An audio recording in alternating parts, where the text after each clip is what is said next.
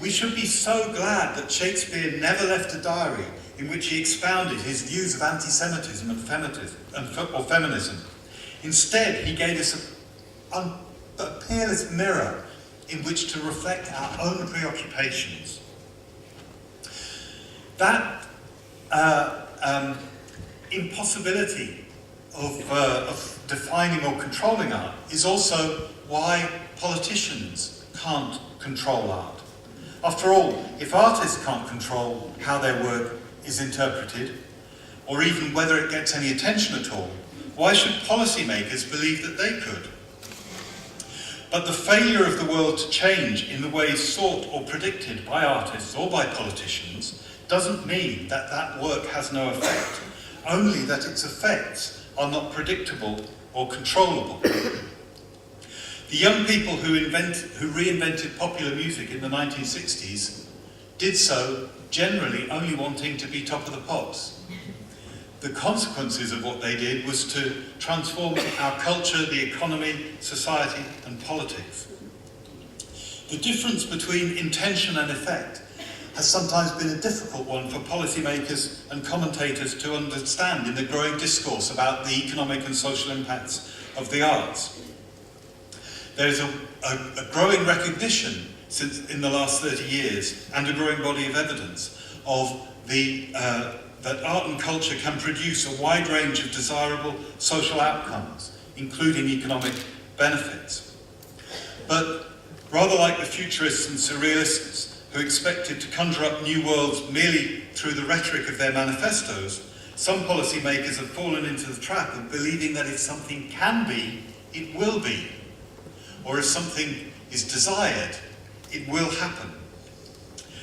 The command and control management methods that have gradually intruded in most Western democracies' public management have been based on that kind of thinking. They have also failed to deliver consistent and predictable policy outcomes, which was ironically the only predictable thing about them. But that failure should not be taken as evidence that the arts and culture do not have the capacity to change individual lives. Already this morning, heard fantastic presentations about art projects following the bushfires in Tasmania and in Victoria. And the two presentations that we've had already this morning have eloquently spoken about the transformative impact of life, of art on people's life. They do that, there's no question. The issue is about the expectations we have of them and the sometimes misplaced image of human life as a simple series of rational and therefore understandable causal relationships. So where then does all this leave arts policy? What's the place of culture in a democratic society?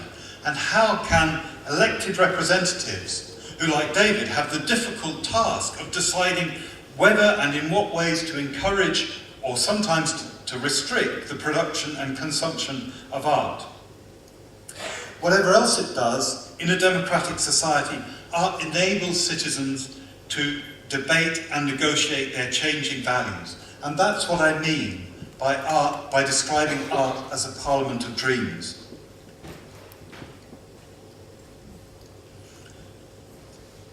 Parliament comes from the French word parler, to speak.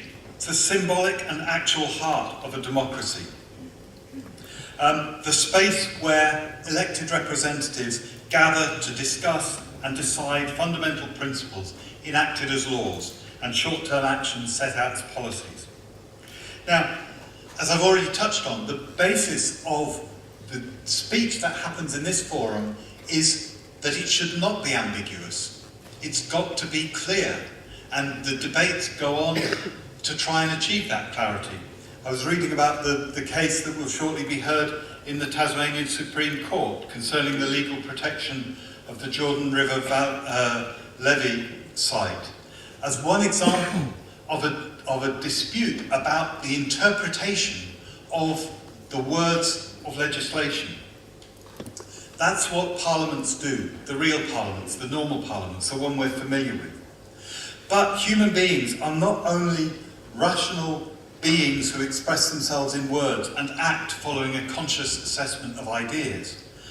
Reason is an essential governor of human conduct, but it would be unreasonable to believe that it's all or even enough. People also act as a result of their conscious and unconscious feelings, their beliefs, their values, their past experience, even their physical being. You might be starting to get bored now because you've been sitting in the dark too long and you're starting to feel uncomfortable, and that will affect how you relate to what you're hearing.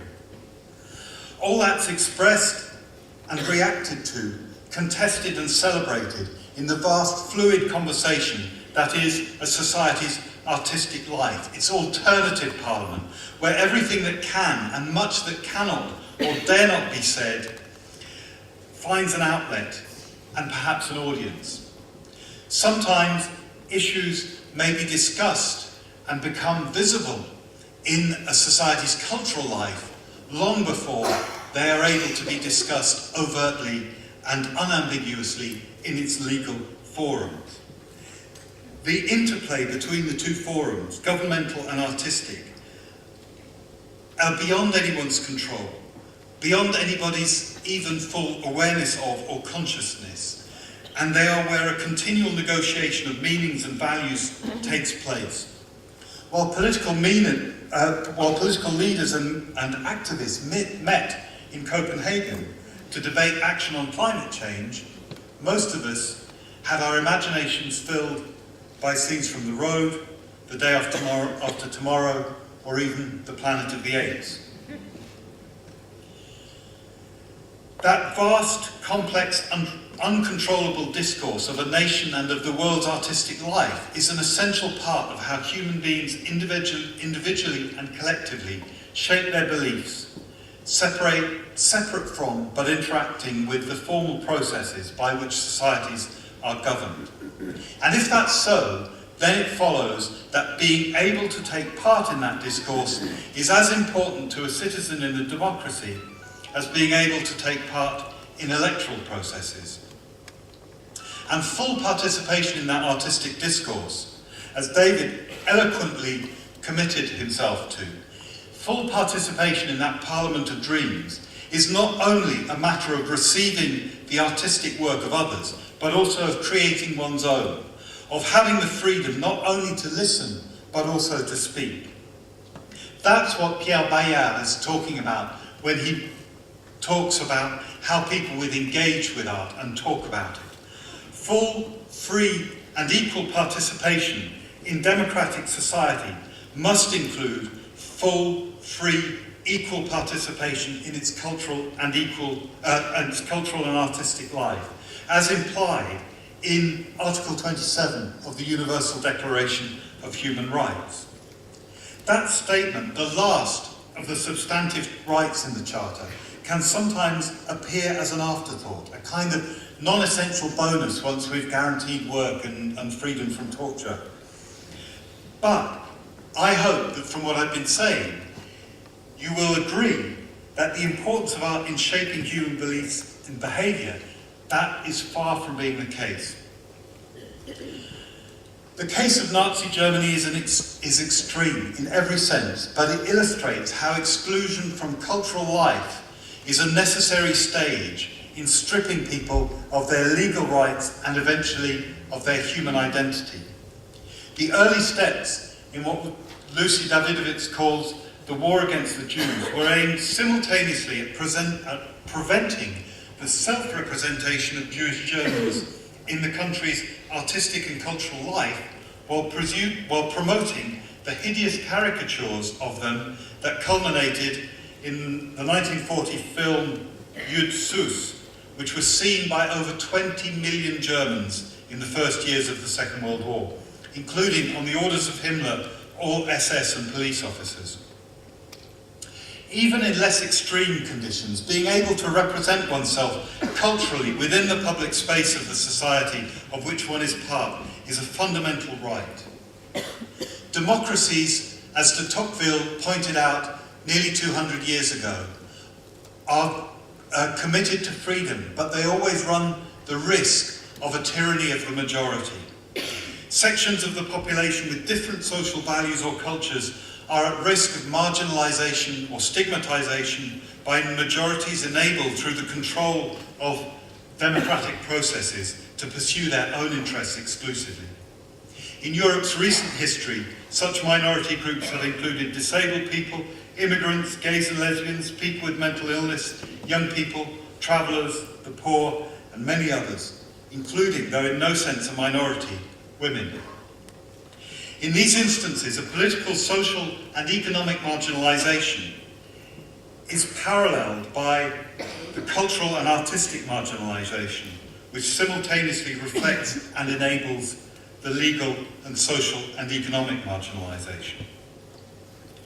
Key to this is being denied access to cultural self-representation while being represented, objectified by more powerful cultural voices, being spoken about, being described and defined, while simultaneously being denied the basic right of self-determination.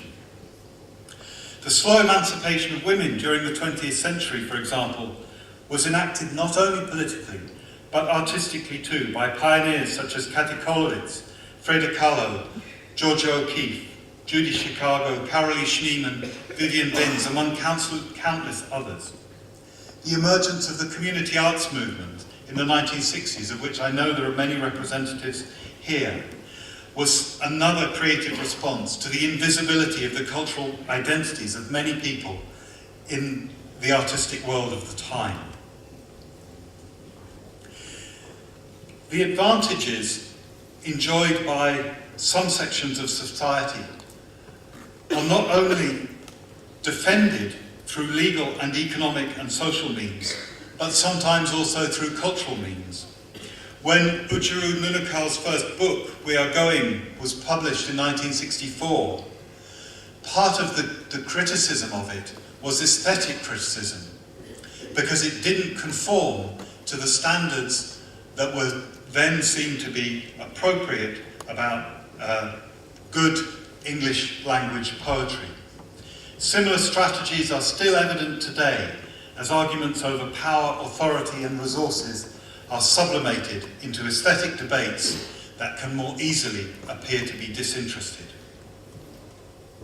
Although there have been setbacks and compromises and confusion in the subsequent half-century, these and other radical artistic movements have been central to establishing the more open and democratic cultures now evident in most liberal democracies, and the more inclusive and tolerant societies on which they depend. Crucially, it's not only the previously marginalised who have gained in this more open and pluralistic cultural space, it's the majority of